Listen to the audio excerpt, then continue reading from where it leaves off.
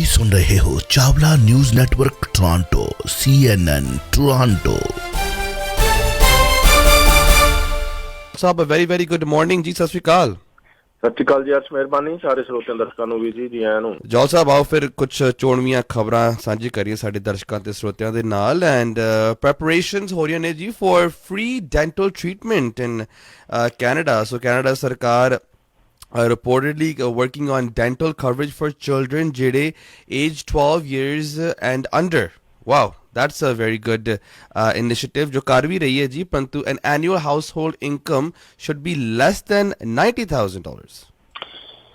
Oh yes sir, ਇਹਨਾਂ politically ਕਾਫੀ discussion ਦੇ ਵਿੱਚ ਹੀ ਇਹ ਇਸ਼ੂ ਰਹਿੰਦਾ। ਇਲੈਕਸ਼ਨਸ ਦੇ ਵਿੱਚ NDP ਵੀ ਇਹਨੂੰ ਲੈ ਕੇ ਗਏ ਤੇ ਫਿਰ ਹੁਣ ਜਦੋਂ ਐਗਰੀਮੈਂਟ ਵੀ ਇਹ minority prime minister Justin Trudeau ਦੀ ਗਵਰਨਮੈਂਟ ਦਾ NDP ਦੇ ਨਾਲ ਹੋਇਆ ਤੇ ਉਹਦੇ ਵਿੱਚ ਇਹ ਐਗਰੀ ਹੋਇਆ ਗਿਆ ਸੀਗਾ ਵੀ ਜਿਹੜਾ ਇਹ ਕੈਨੇਡਾ ਦੇ ਵਿੱਚ ਮੁਫਤ ਦੰਦਾਂ ਦਾ ਇਲਾਜ ਆ ਲੋਕਾਂ ਦੇ ਵਾਸਤੇ ਇਹ ਲਿਆਂਦਾ ਜਾਊਗਾ, ਮਤਲਬ ਕਿ ਇਹ ਫੈਸਿਲਿਟੀ ਦਿੱਤੀ ਜਾਊਗੀ।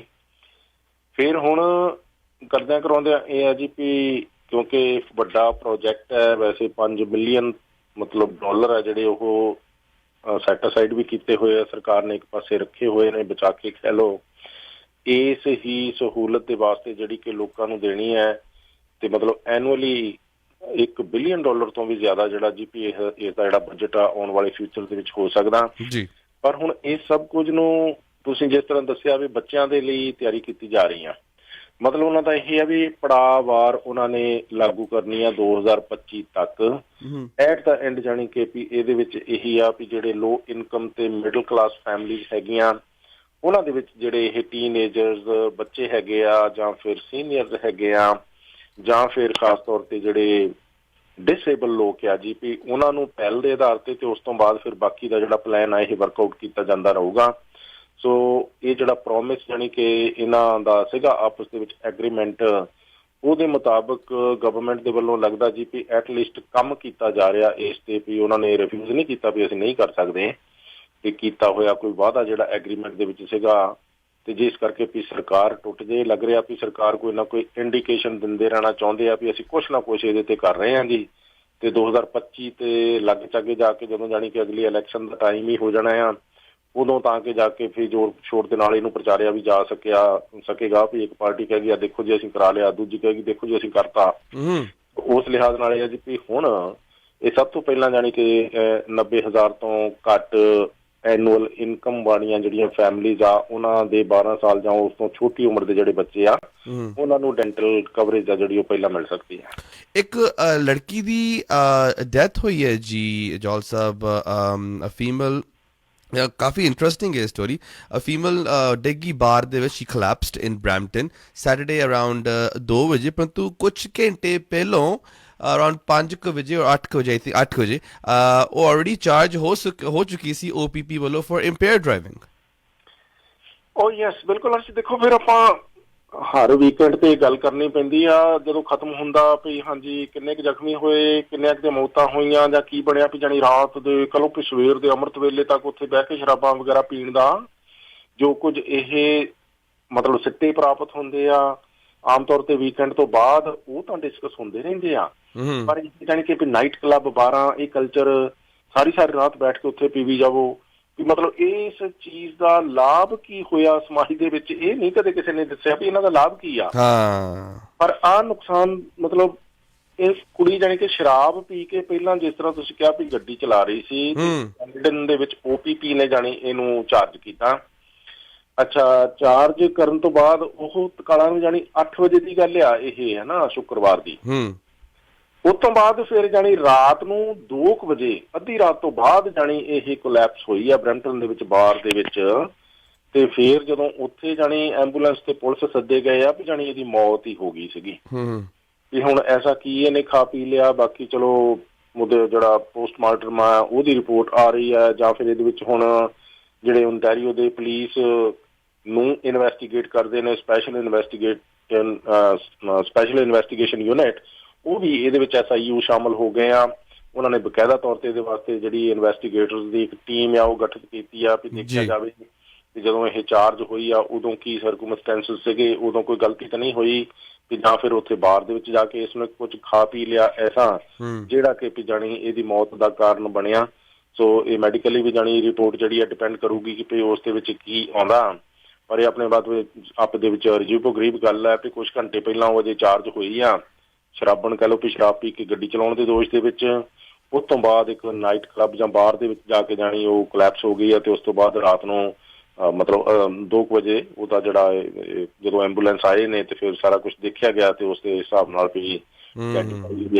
ਅੱਛਾ ਇੰਨਾ ਕਿਹਾ ਜਾ ਸਕਦਾ ਨਾ, ਦੇਖੋ ਵੀ ਜਿਹੜੇ ਹੁਣ ਪੇਰੈਂਟਸ ਵੀ ਆ ਹਨਾ, ਗ੍ਰੈਂਡ ਪੇਰੈਂਟਸ ਵੀ ਆ, ਮਾਪੇ ਆ ਘਰਾਂ ਦੇ ਵਿੱਚ, ਉਹ ਹੁਣ ਵੀ ਆਪਾਂ ਤਾਂ ਹੁਣ ਆਪਣੇ ਬੱਚੇ ਦੀਆਂ ਤੇ ਸਿਫਤਾਂ ਹੀ ਕਰਨੀਆਂ ਹੁੰਦੀਆਂ ਪਰ ਆਪਾਂ ਸਦਾ ਗੱਲ ਕਰਦੇ ਵੀ ਜੇ ਕੁਛ ਨਹੀਂ ਹੈਗਾ ਨਾ ਸਿਫਤਯੋਗ ਉਹ ਭਾਈ ਸਮੇਂ ਦੇ ਰਹਿੰਦਿਆਂ ਉਹ ਵੀ ਗੱਲ ਕਰ ਲੈਣੀ ਚਾਹੀਦੀ ਆ। ਬਿਲਕੁਲ ਹਾਂ, ਮੁੜ ਕੇ ਜੋ ਫਿਰ ਆਪਾਂ ਬਹਾਨੇ ਪਾਲਦੇ ਆ ਵੀ ਜੀ ਇਹ ਤਾਂ ਫਰੈਂਡਾਂ ਨਾਲ ਹੀ ਗਈ ਸੀ, ਇਹ ਤੇ ਫਰੈਂਡਾਂ ਨਾਲ ਹੀ ਗਿਆ ਸੀ, ਇਹਨੇ ਤਾਂ ਨਹੀਂ ਕਦੀ ਕੁਛ ਕੀਤਾ, ਇਹ ਤਾਂ ਹੈ ਹੀ ਬਹੁਤ ਵਧੀਆ ਮਤਲਬ ਹਨਾ ਵੀ ਸਾਡੇ ਘਰੇ ਜਾਣੀ ਸੋਨਾ ਜੰਮਿਆ, ਪੱਥਰ ਜੇ ਕਿਤੇ ਜੰਮਿਆ ਉਹ ਤੇ ਕਿਤੇ ਹੋ ਰਿਹਾ। ਕੁੱਲ ਮਿਲਾ ਕੇ ਜਾਣੀ ਕਿ ਕਾਫੀ ਫਿਰ ਪੇਰੈਂਟਸ ਜਿਹੜੇ ਆ ਜੀ ਵੀ ਬਾਅਦ ਦੇ ਵਿੱਚ ਪਛਤਾਉਂਦੇ ਆ, ਦੁਖੀ ਹੁੰਦੇ ਆ, ਸਾਨੂੰ ਤਾਂ ਪਤਾ ਹੀ ਨਹੀਂ ਲੱਗਾ ਜੀ, ਸਾਨੂੰ ਕਿਸੇ ਨੇ ਦੱਸਿਆ ਹੀ ਨਹੀਂ ਜੀ ਪਹਿਲਾਂ ਜੇ ਪਰ ਕੋਈ ਦੱਸੇ ਤਾਂ ਫਿਰ ਗਲ ਵੀ ਪੈਂਦੇ ਲੋਕ ਹਨਾ। ਬਿਲਕੁਲ ਮੈਨੂੰ ਯਾਦ ਆ ਜਲੰਧਰ ਆਮ ਤੌਰ ਤੇ ਜਦੋਂ ਇਹ ਗੱਡੀਆਂ ਕਾਰਾਂ ਦੇ ਵਿੱਚ ਨਾ ਸਕੂਟਰ ਮੋਟਰਸਾਈਕਲ ਉੱਥੇ ਵੱਜਦੇ ਹੀ ਰਹਿੰਦੇ ਆ ਹਨਾ, ਤੇ ਉਹ ਜਦੋਂ 3-4 ਵਾਰੀ ਏਦਾਂ ਹੋ ਗਿਆ ਵੀ ਨਵੀਂ ਅਸੀਂ ਕਾਰ ਲਈ ਤੇ ਮਗਰ ਆ ਕੇ ਥਾੜ ਸਕੂਟਰ ਕਿਸੇ ਨੇ ਮੋਪੜ ਮਾਰਤਾ, ਕਦੀ ਕਿਸੇ ਨੇ ਕੁਛ, ਤੇ ਇੱਕ ਬੱਚਾ ਜਦੋਂ ਆਇਆ ਉਹਨੇ ਅਰਸ਼ ਮਾਰਿਆ ਨਾ, ਸਕੂਟਰ ਤੇ ਨਿੱਕਾ ਜਿਹਾ ਹੀ ਸੀ ਬਿਲਕੁਲ, ਉਹ ਕੈਂਚੀ ਚੱਪਲ ਉਹਨੇ ਪਾਈ ਹੋਈ ਤੇ ਅਸੀਂ ਸੋਚਿਆ ਵੀ ਥੋੜਾ ਜਿਹਾ ਨਾ ਦੇਖੀਏ ਵੀ ਇਹ ਕੌਣ, ਇਹਦੇ ਪੇਰੈਂਟਸ ਕੌਣ ਆ, ਵੀ ਥੋੜਾ ਜਿਹਾ ਉਹਨਾਂ ਨੂੰ ਦੱਸੀਏ ਵੀ ਅੱਜ ਤਾਂ ਗਿਆ ਇਹ ਬਚ ਤੇ ਕੱਲ ਨੂੰ ਜਦੋਂ ਫਿਰ ਕੋਈ ਘਟਨਾ ਵਾਪਰਨੀ ਫਿਰ ਤੁਸੀਂ ਜਾਣੀ ਰੋਣਾ ਅੱਖਾਂ 'ਚ ਘਸੁੰਨ ਦੇ ਕੇ। ਹਾਂਜੀ ਲਓ ਜੀ, ਅਸੀਂ ਉਹ ਬੱਚੇ ਨੂੰ ਨਾਲ ਲੈ ਕੇ ਉਹਨਾਂ ਦੇ ਘਰੇ ਚਲੇ ਗਏ ਹਨ। ਘਰੇ ਜਾ ਕੇ ਉਹਨਾਂ ਦਾ ਗੇਟ ਜਲੰਧਰ ਖੜਕਾਇਆ ਤੇ ਉਹ ਮਾਂ ਦੇ ਪੈਰਾਂ ਤੇ ਪਾਣੀ ਨਾ ਪੈਣ ਦੇਵੇ ਹੈ, ਉਹ ਤੇ ਜਾਣੀ ਕਿ ਸਾਡੇ ਨਾਲ ਹੀ ਤੱਤੀ ਹੋਣ ਨੂੰ ਕਰੇ ਵੀ ਉਹ ਤੁਸੀਂ ਜਾਣੀ ਕਿ ਓਦਾਂ ਹੀ ਮੇਰੇ ਪੁੱਤ ਨੂੰ ਕਹੀ ਜਾਂਦੇ ਆ ਹਨਾ ਵੀ ਜਾਣੀ ਹੁਣ ਪੁੱਤ ਨੇ ਕਪੁੱਤ ਕਦੋਂ ਹੋ ਜਾਣਾ। ਫਿਰ ਇਹੋ ਜਿਹੀ ਇੱਥੋਂ ਹੀ ਸ਼ੁਰੂਆਤਾਂ ਹੁੰਦੀਆਂ।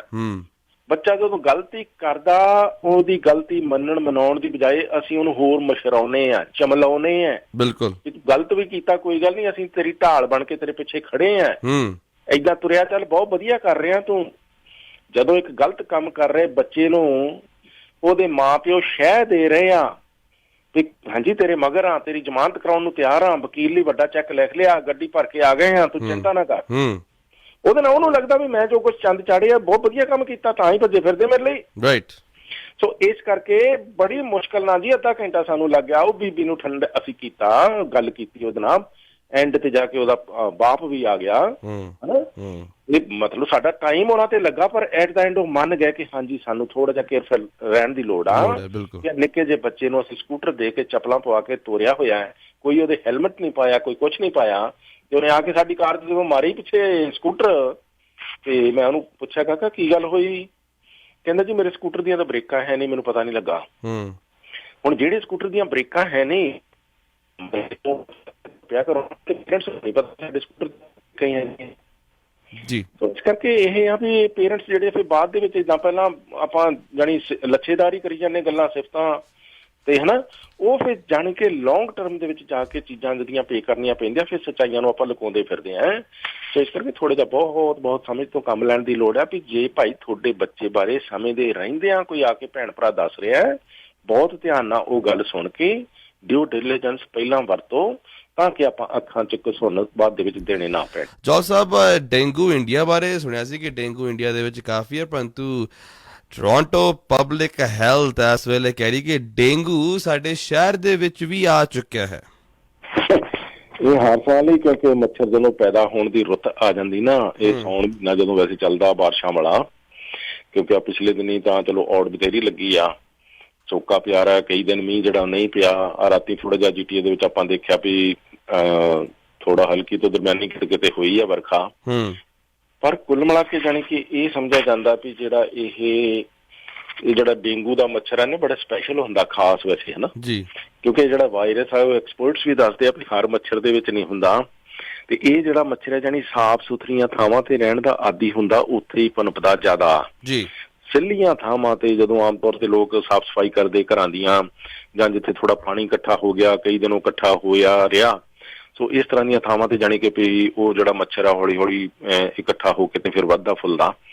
ਇਹ ਜਾਣੀ ਇੱਥੇ ਡੇਂਗੂ ਦੇ ਇਸ ਵਾਇਰਸ ਵਾਲੇ ਮੱਛਰ ਨੂੰ ਵੈਸਟ ਨਾਈਲ ਕਰਕੇ ਕਿਹਾ ਜਾਂਦਾ, ਤੇ ਇਹ ਸਾਡੇ ਇੱਥੇ ਬਰੈਂਪਟਨ ਮਿਸਿਸਾਗਾ ਵੀ ਜਿਹੜਾ ਜੀ ਡਿਟੈਕਟ ਹੁੰਦਾ ਰਹਿੰਦਾ ਹਰ ਸਾਲ। ਤੇ ਪਰ ਟੋਰੰਟੋ ਦੇ ਵਿੱਚ ਪਤਾ ਲੱਗ ਰਿਹਾ ਵੀ ਇਹਦੀ ਦਸਤਕ ਜਿਹੜੀ ਆ ਹੋ ਚੁੱਕੀ ਆ, ਤੇ ਇਹ ਟੋਰੰਟੋ ਦੇ ਵਿੱਚ ਪਬਲਿਕ ਹੈਲਥ ਨੇ ਬਕਾਇਦਾ ਕਨਫਰਮ ਕੀਤਾ ਵੀ 5 ਥਾਵਾਂ ਤੋਂ ਇਹ ਵੀ ਹੁਣ ਕਿੱਥੋਂ, ਜਿੱਥੇ ਪੂਲ ਆ ਪਾਸੇ ਜਿੱਥੇ ਪਾਣੀ ਖੜਾ ਰਹਿੰਦਾ ਹੈ ਨਾ, ਇਹ ਈਟੋਬੀਕੋ ਦੇ ਵਿੱਚ, ਨਾਰਥ ਯਾਰਕ ਦੇ ਵਿੱਚ ਤੇ ਸਾਊਥ ਦੇ ਵਿੱਚ ਇੱਧਰ ਜਿਹੜਾ ਟੋਰੰਟੋ ਦਾ ਹਿੱਸਾ ਮਿਸਿਸਾਗਾ ਦੇ ਨਾਲ ਲੱਗਦਾ, ਉਧਰ ਵੀ ਜਾਣੀ ਮੱਛਰ ਆ ਜਿਹੜਾ ਜੀ ਇਹਦੀ ਦਸਤਕ ਪਾਈ ਗਈ ਆ। ਇਹਦੇ ਨਾਲ ਹੀ ਵੀ ਹੁਣ ਕਿਉਂਕਿ ਜਦੋਂ ਇੱਕ ਏਰੀਆ ਦੇ ਵਿੱਚ ਇਸ ਤਰ੍ਹਾਂ ਦੀ ਕੋਈ ਗੱਲ ਹੋ ਜੇ ਤੇ ਫਿਰ ਜਿਹੜੇ ਨਾਲ ਲੱਗਦੇ ਇਲਾਕੇ ਆ ਜੀ ਵੀ ਉਹ ਵੀ ਥੋੜਾ ਜਿਹਾ ਧਿਆਨ ਜ਼ਿਆਦਾ ਰੱਖਣ ਲੱਗਦੇ ਆ।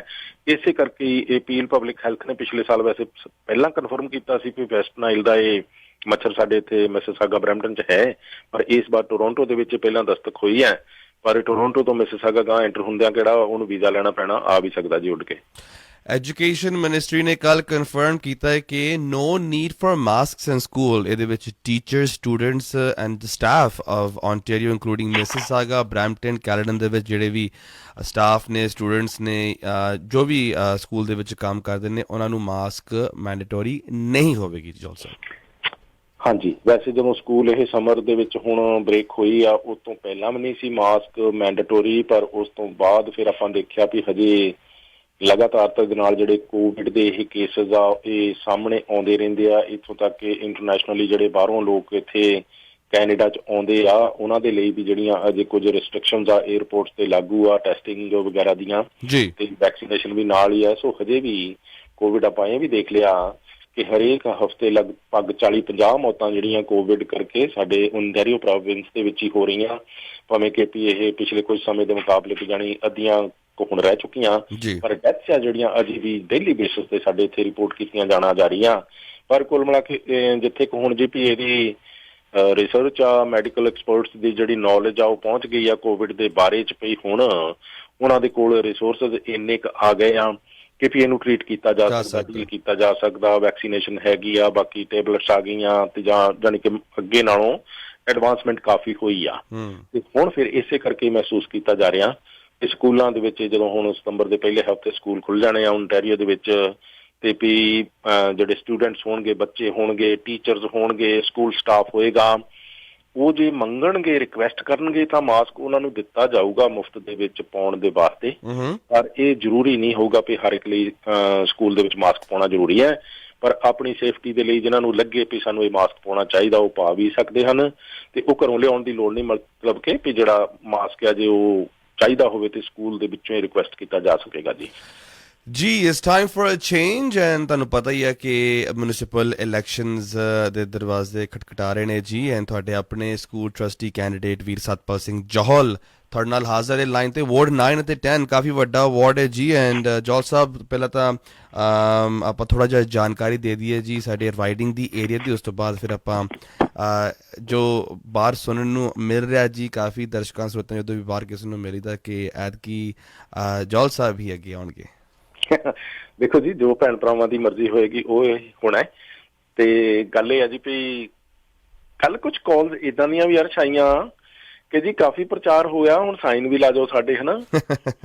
ਤੇ ਮੈਂ ਕਿਹਾ ਜੀ ਬਹੁਤ ਬਹੁਤ ਧੰਨਵਾਦ ਹੈ, ਪਰ ਆਪਾਂ ਸਾਈਨ ਇਸ ਵਾਰ ਲਾਉਣੇ ਨਹੀਂ ਆ, ਹਨਾ। ਵੀ ਜਿਹੜਾ ਇਹ ਸਾਈਨਾਂ ਦਾ ਪਹਿਲਾਂ ਤੋਂ ਚੱਲੀ ਆ ਰਹੀ ਰਵਾਇਤ ਆ ਵੀ ਉਹ ਕਿਸੇ ਸਮੇਂ ਹੁਣ ਟੈਕਨੋਲੋਜੀ ਕਾਫੀ ਚੇਂਜ ਵੀ ਹੋ ਗਈ ਆ।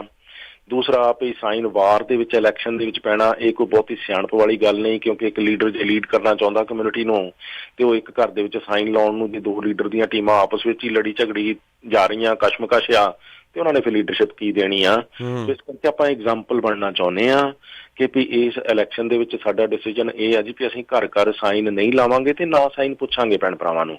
ਭੈਣ ਭਰਾ ਵੀ ਇਹਦੇ ਨਾਲ ਕੰਫਰਟੇਬਲ ਫੀਲ ਕਰਦੇ ਆ ਵੀ ਕੈਂਡੀਡੇਟ ਚਲੋ ਆਏ ਆ ਜੀ, ਬਹੁਤ ਧੰਨਵਾਦ ਜੀ, ਪਰ ਹੁਣ ਕਿਤੇ ਸਾਈਨ ਨਾ ਪੁੱਛ ਲੈਣ, ਉਹਨਾਂ ਦੇ ਮਨ ਦੇ ਵਿੱਚ ਵੀ ਹੁੰਦੀ ਹੈ ਗੱਲ, ਕਿਉਂਕਿ ਜੇ ਲੋਕ ਆ ਕੇ ਸਤਾਉਣ ਲੱਗ ਪੈਂਦੇ ਆ। ਬਿਲਕੁਲ, ਇਸ ਕਰਕੇ ਨਾ ਅਸੀਂ ਕਿਸੇ ਦਾ ਸਾਈਨ ਲੱਗਿਆ ਦੇਖ ਕੇ ਸਤਾਂਗੇ ਪਰ ਅਸੀਂ ਆਪਣਾ ਨਹੀਂ ਲਾਵਾਂਗੇ, ਹੈ ਨਾ ਜੀ। ਜੀ। ਸੋ ਜੇ ਲੋਕਾਂ ਦੇ ਮਨਾਂ ਦੇ ਵਿੱਚ ਜਗ੍ਹਾ ਅਸੀਂ ਕੋਈ ਬਣਾਈ ਹੈ ਆਪਣੇ ਕੰਮ ਦੇ ਨਾਲ ਪਿਛਲੇ ਸਮੇਂ ਦੇ ਵਿੱਚ, ਤੇ ਉਹ ਫਿਰ ਚੋਣ ਨਤੀਜਾ ਦੱਸ ਦੇਗਾ ਨਾ। ਜੀ। ਸੋ ਇਸ ਕਰਕੇ ਸਾਈਨ ਅਸੀਂ ਮੇਨ ਥਾਵਾਂ ਤੇ ਕੁਝ ਚੁਰਸਤਿਆਂ ਦੇ ਵਿੱਚ ਭਾਵੇਂ ਲਾ ਦਈਏ, ਪਰ ਘਰ ਘਰ ਜਾ ਕੇ ਸਾਈਨ ਜਿਹੜਾ ਹਰੇਕ ਗਲੀ ਦੇ ਵਿੱਚ ਲਾਉਣਾ, ਮੈਂ ਸਮਝਾਂਗਾ ਵੀ ਉਹ ਹੁਣ ਸਮਾਂ ਵਹਾ ਚੁੱਕੇ ਆ, ਆਪਾਂ ਅੱਗੇ ਨਿਕਲ ਚੁੱਕੇ ਆ ਕਾਫੀ ਟੈਕਨੋਲੋਜੀ ਦੇ ਆਧਾਰ ਤੇ। ਸੋ ਪ੍ਰਚਾਰ ਦੇ ਹੋਰ ਬੜੇ ਮਾਧਿਅਮ ਹੈਗੇ ਆ ਜੀ। ਸੋ ਇਸ ਕਰਕੇ ਸਾਡੇ ਸਾਈਨ ਘੱਟ ਲੱਗੇ ਦੇਖ ਕੇ ਕਿਸੇ ਨੇ ਦਿਲ ਨਹੀਂ ਛੱਡਣਾ ਕਿ ਸਾਡਾ ਹਾਂਜੀ ਸਾਈਨ ਨਹੀਂ ਲੱਗਾ ਹੋਇਆ। ਕੋਈ ਐਸੀ ਗੱਲ ਨਹੀਂ, ਘਬਰਾਉਣਾ ਬਿਲਕੁਲ ਨਹੀਂ ਆ। ਆਪਾਂ ਸਾਈਨਾਂ ਤੋਂ ਬਿਨਾਂ ਇਹ ਇਲੈਕਸ਼ਨ ਜਿਹੜੀ ਲੜਨ ਦੀ ਕੋਸ਼ਿਸ਼ ਦੇ ਵਿੱਚ ਆ ਜੀ। ਸੋ ਦੂਸਰਾ ਇਹ ਹੈ ਜੀ ਵੀ ਇਲਾਕਾ ਬਹੁਤ ਵੱਡਾ ਅਰਸ਼, ਤੁਹਾਨੂੰ ਪਤਾ ਹੁਣ ਤੱਕ ਤੇ ਭੈਣ ਭਰਾਵਾਂ ਨੂੰ ਵੈਸੇ ਕਾਫੀ ਯਾਦ ਹੋ ਗਿਆ।